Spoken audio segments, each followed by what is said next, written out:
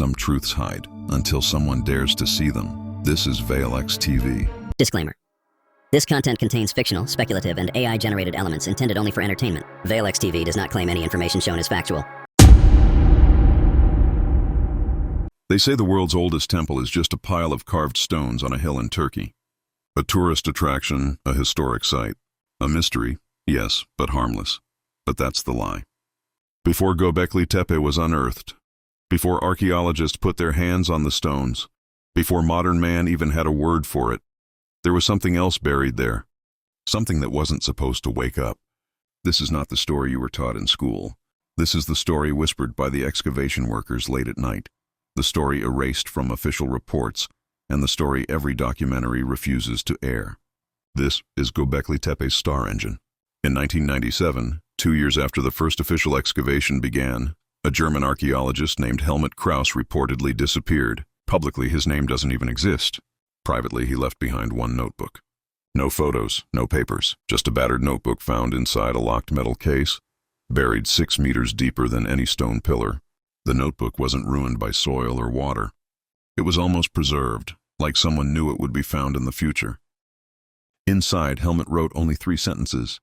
The pillars were not built for worship. The center ring hums at night. Do not activate the engine. A word no archaeologist should be writing about a Stone Age temple, but it wouldn't make sense until the night the humming began. Workers living near the site complained of a low vibration, something that shook their beds but didn't shake the ground. A deep metallic pulse, almost like a generator, but rhythmic like breathing. Security guards reported their flashlights flickering. Animals refused to enter the upper plateau. And drones?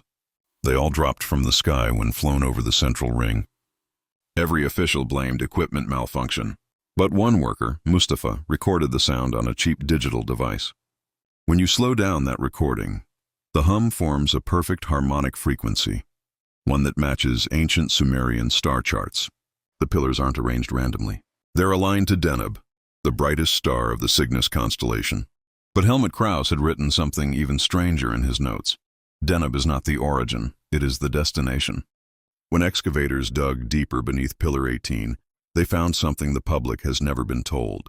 A sealed stone slab with a circular indentation, smooth, perfect, mechanical. Stone Age people didn't carve circles like that. Not with that precision, not with that symmetry. Behind the slab, ground-penetrating radar showed a chamber shaped like a spiral, descending deep below the hill, far below the known layers of history. Inside the indentation on the slab, archaeologists found magnetized black dust. Not volcanic ash, not charcoal, a mineral with no natural local source. Helmut called it star residue. But that wasn't even the most shocking part. The spiral chamber beneath the slab, when mapped, matched the mathematical blueprint of a reaction chamber, something resembling a primitive but massive energy amplifier. Göbekli Tepe wasn't a temple, it was a machine. Every pillar has animal carvings, foxes, vultures, scorpions. But when their positions are connected using the pattern in Helmut's notebook, they form a schematic. Each animal symbol doesn't represent wildlife. It represents frequency nodes, like parts of a circuit. The people who carved Göbekli Tepe weren't hunters. They were engineers, following a star map encoded in myth. The central ring was the controller. The spiral beneath was the reactor.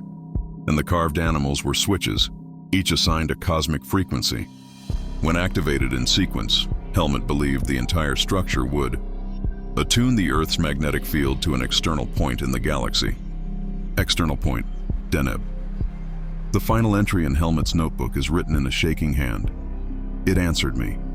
No clarification, just that. And then, the engine is waking. We buried it for a reason. Who is we? No Stone Age tribe had the technology or the motive to bury a complex energy device. Unless they weren't human or weren't from here. On June 11, 2001, at exactly 2:13 a.m., satellites recorded a brief ultraviolet flash directly above Göbekli Tepe. No explosion, no fire. Just a flash lasting less than a second. Every camera on site went dead, every recording device corrupted. And the next morning, the spiral chamber's entrance had been filled in, perfectly, as if carved by machines. Stone that wasn't present the day before now sealed the path. The underground chamber was gone. Officially, the flash was solar interference. Unofficially, Helmut Krauss's notebook vanished the same day. Then in 2015, the humming came back, louder, clearer, stronger. And this time, the frequency pointed not to Deneb, but to a region of the sky where radio telescopes recently detected an unexplained repeating signal. A signal with the exact same frequency recorded at Göbekli Tepe. Someone, or something, answered back. And that brings us to now. Because the hum grows stronger every year. Some believe the star engine is charging. Some say it's a cosmic beacon. And some think it was never meant to be found. Because when it finally reaches full power, it won't send a signal. It will open something. The star engine is not a generator, not a transmitter, not a religious monument. It is a containment system, and it is powering something terrifying, ancient, and forgotten. It is powering the Veil Grid, a planetary shield built by a civilization far older than Göbekli Tepe. It is a frequency-based curtain that surrounds Earth, not above us, but beneath us. Its purpose is to suppress and distort signals coming from deep underground, signals from something intelligent. The Veil Grid keeps Earth's cosmic signature low, making the planet invisible to whatever hunts across star systems.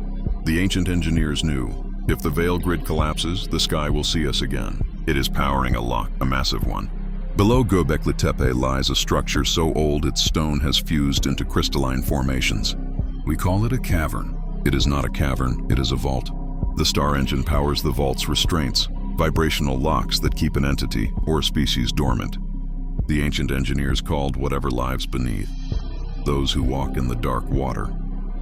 Not water as in liquid, but the dark mantle of the earth, the molten shadow below the crust. Whatever sleeps there is not human, not animal, and not extraterrestrial in the modern sense. They predate human civilization. They may predate humanity itself. The star engine powers the only system keeping them from rising. It powers the sky dimmer. Helmut Krauss believed Earth was originally too bright, its atmosphere luminous in ways that attracted something. The star engine is linked to the ancient sky dimmer network. The people who built Göbekli Tepe reduced Earth's brightness, its cosmic albedo, to hide us. The engine powers this dimming frequency. If it fails, Earth becomes visible again, like a lantern in a dark forest, and something might find it. It powers a memory field. This is the oldest and strangest function. The hum has a side effect. It interferes with the human brain. Not to control us, but to prevent us from remembering what the builders feared. Because humanity once encountered the beings beneath Göbekli Tepe, and the star engine erases the echo. Not fully, but just enough to stop the truth from resurfacing across generations. Nightmares, myths of underworld gods, stories of sleeping titans, they're just fragments leaking through the cracks. The engine powers a memory shield, but the hum is growing weaker.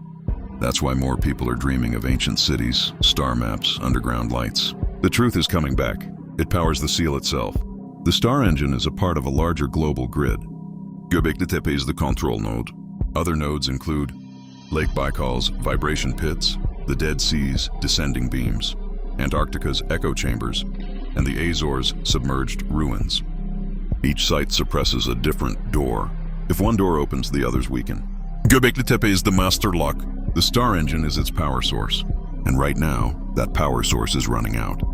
The star engine powers the planetary Veil Grid, hiding Earth, a vault lock holding an ancient species underground, the atmospheric sky dimmer, a memory field preventing humanity from remembering the truth, and a global seal system linking multiple ancient sites.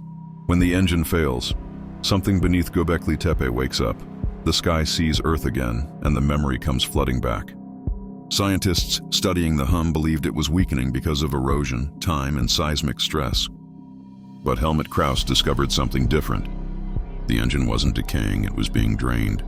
Something beneath the Earth was feeding on its power, something vast. Helmut's final sealed pages, found only after forensic infrared scans, reveal a chilling hypothesis. The builders did not bury the star engine. They starved the being beneath by cutting off its energy. The engine is the only system keeping it dormant. If it weakens, the sleeper feeds. This aligns with the ultrasonic readings recorded during the 2023 anomaly. Every time the star engine's hum dipped, seismic sensors detected a second pulse, lower, deeper, and biological, like a heartbeat responding to nourishment. Whatever sleeps under Göbekli Tepe is waking up because it is hungry, and the engine's fading energy is the first food it has tasted in 10,000 years. In 2022, an unauthorized drilling crew working 14 kilometers from Göbekli Tepe reported strange vibrations in one of their shafts. At exactly 2:14 a.m., their equipment detected rapid pressure fluctuations. The foreman, an old miner named Baran, described it. Something big was moving, not sideways but upward. They sealed the shaft. It didn't matter. By dawn, the ground in that area showed a circular impression, a perfect ring, 12 meters wide, as if something had pressed its body against the rock, listening. Because the creature or civilization beneath Göbekli Tepe has been asleep for ages. But now, it is awake enough to search for weak spots. And the engine doesn't have much power left. The star engine doesn't only power the veil grid below. It powers a second veil, one that extends into the atmosphere. A cloaking field designed to mask Earth's cosmic resonance. But now that field is flickering. Satellite anomalies in December 2023 detected brief bursts of albedo spikes, moments when Earth became unusually reflective. For 11 seconds on December 21st, Earth appeared 2.9 times brighter in the cosmic spectrum. To anything watching from deep space, Earth looked like someone had turned on a spotlight. And something beneath Göbekli Tepe stirred. Humanity didn't notice, but something else did. Something above. On January 3rd, 2024, astronomers observed a faint, unexplained motion in a distant section of the sky, a light source adjusting its trajectory. Why did the ancient engineers bury the star engine? Not to protect it, but to contain it. Helmet's abandoned notes include one last decoded inscription from the lower chamber. The engine drowns the cry. Without it, the cry rises and the sky hears. The cry wasn't a signal being transmitted. It was a warning, a distress call. The entities beneath Göbekli Tepe aren't the only threat. Something above, something cosmic, responds to the cry. The star engine was humanity's only shield against both. Between these forces, the ancient civilization became trapped and eventually erased, smothering the engine beneath layers of stone, soil, and silence. They hoped it would never fail. But now the hum is growing weaker, the pulses from below are growing stronger, and the albedo spikes suggest the sky is already watching. The star engine is all that stands between Earth and a catastrophe we cannot comprehend. And the tragedy is simple. It was never designed to last forever.